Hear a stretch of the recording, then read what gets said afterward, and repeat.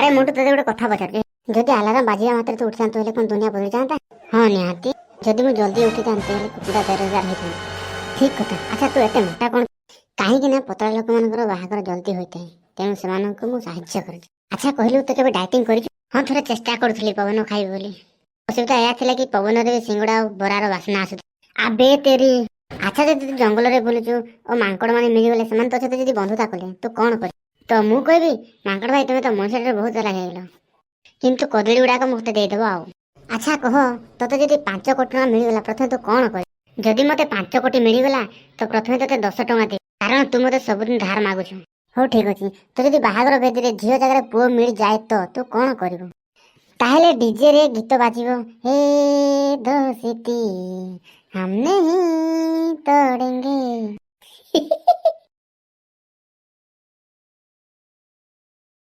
ଆଚ୍ଛା ତୁ ଏତେ ଧୀରେ କଣ ପାଇଁ ଚାଲୁ କିରେ? କାହିଁକି ନା ଜୋର ଚାଲ ଲୋକମାନେ କହିବେ ଇଏ ବହୁତ ପରିଶ୍ରମୀ, ଆଉ କଣ ପରିଶ୍ରମ କରିବାକୁ ମତେ ଡର ଲାଗେ। ଆରେ ଇଏ କହ, କ୍ଲାସରେ ପାଠ ପଢା ତୁ କାହିଁକି ପ୍ରଥମ ସ୍ଥାନ ଆସିପାରୁନୁ? କାରଣ କ୍ଲାସରେ ଫଙ୍କା ସବୁବେଳେ ଫାଷ୍ଟ ଆସିଥାଏ, ତାପରେ ମୁଁ ଆସିଥାଏ।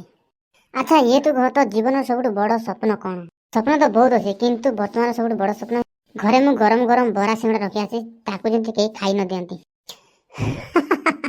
ଆରେ ତୁ ତ କମେଡିର ରାଜା ହେଇଗଲୁ ଆଉ ତୁ ପ୍ରଶ୍ନ କରିବାରେ ତୁ ଆତଙ୍କବାଦୀ ନା କଣ?